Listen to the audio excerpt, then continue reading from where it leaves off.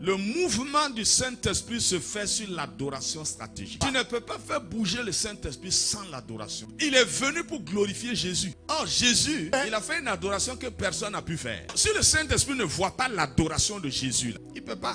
Ne pas bouger. Pourquoi je vous ai dit hier, vous ne pouvez pas trouver un homme de Dieu dans le mouvement de l'onction et son ministère ne repose pas sur une adoration. Un homme de profondeur enseigne la parole avec révélation, son ministère repose sur une adoration. Parce que les gens ne savent pas. Ce n'est pas l'adoration que vous voyez dans l'assemblée où les gens chantent. Non, sa vie même a un sacrifice caché. Sa vie est un sacrifice caché. Quand Paul a dit dans Romains 12, il faut être un sacrifice vivant avant d'espérer au renouvellement de l'intelligence. Si le Saint-Esprit ne voit pas l'adoration, il ne va pas renouveler ton intelligence. C'est lui qui s'occupe du renouvellement de l'intelligence. Et il utilise quoi? Les Écritures. Quand il donne vie aux Écritures, ton intelligence se renouvelle. Tu commences à avoir la mentalité du royaume. À ce moment-là, Dieu peut se servir de toi pour les œuvres du royaume. Sinon, il y a les œuvres de l'église et il y a les œuvres du royaume.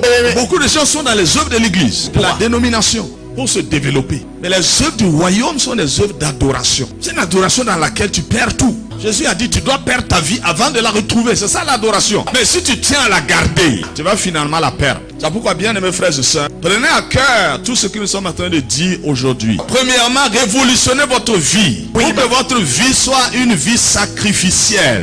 Une vie permanemment sur l'autel. Comme Jésus a dit, porte ta croix et suis-moi. Avant, on allait à Jérusalem pour adorer. Ou alors on partait sur la montagne de Samarie pour adorer. Maintenant, on te dit, l'autel, c'est la croix que tu portes là. Ton adoration est permanente 24 heures sur 24. Ça coûte ta vie. Ça coûte ce que tu as de plus précieux. Alors, si tu acceptes cette forme d'adoration là, elle est stratégique. Parce que les retombées seront en ta faveur. C'est la sagesse qui amène ça. Salomon l'a fait. Toute la vie de Salomon, quand tu regardes, c'est une adoration stratégique. Le premier jour, quand il est rentré dans la royauté, là, il a amené les gens hors de la ville. Et il a fait des sacrifices par milliers. Dieu a été touché. La nuit, Dieu est venu. Il a dit, waouh, ce que tu as fait là, ça m'a marqué. Pour la première fois, je dis à un homme, demande-moi tout ce que tu veux. Ça, c'était les rois de la terre qui faisaient des trucs comme ça. Demande-moi, même la moitié de mon royaume. Il a même parlé comme ça. Pour la première fois, Dieu dit à un homme, demande-moi. Mais comme c'est la sagesse, lui a conduit dans l'adoration stratégique, la même sagesse va le conduire à demander encore plus la sagesse. Dieu dit, waouh, tu m'avais marqué par ton adoration stratégique. Et là, ta prière là, a encore marqué plus. Non seulement, te donner la sagesse qu'aucun homme n'a jamais eu avant toi. Et n'en aura pas aussi après toi. Je vais te donner une intelligence pour comprendre les mystères. Mais, que tu n'as pas demandé, je vais te donner la gloire, la richesse et la paix. Aucun roi ne pourra te vaincre. Aucun ennemi ne pourra te vaincre. C'est comme ça qu'il a eu 40 ans de règne paisible. Mais parce qu'il est dans l'ancienne alliance, tout le monde est enfermé dans l'imperfection. Parce que la loi a enfermé tout le monde. Pour qu'il n'y ait pas de juste. Vers la fin de sa vie, son adoration a été mutée. Et il suit certaines de ces femmes pour les faire plaisir et aller se prosterner devant les idoles de ces femmes-là. C'est cette partie de sa vie-là, l'adoration mutée.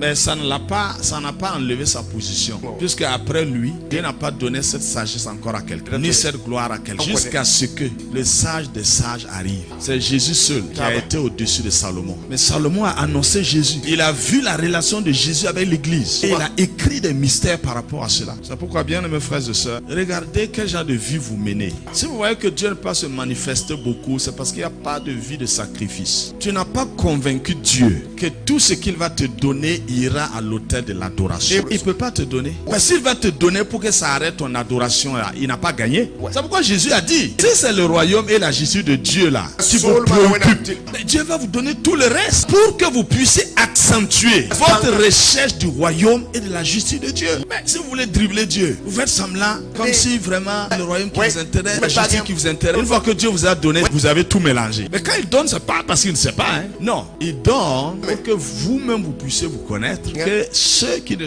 vous connaissent pas puissent vous connaître aussi. C'est comme ça qu'il fait.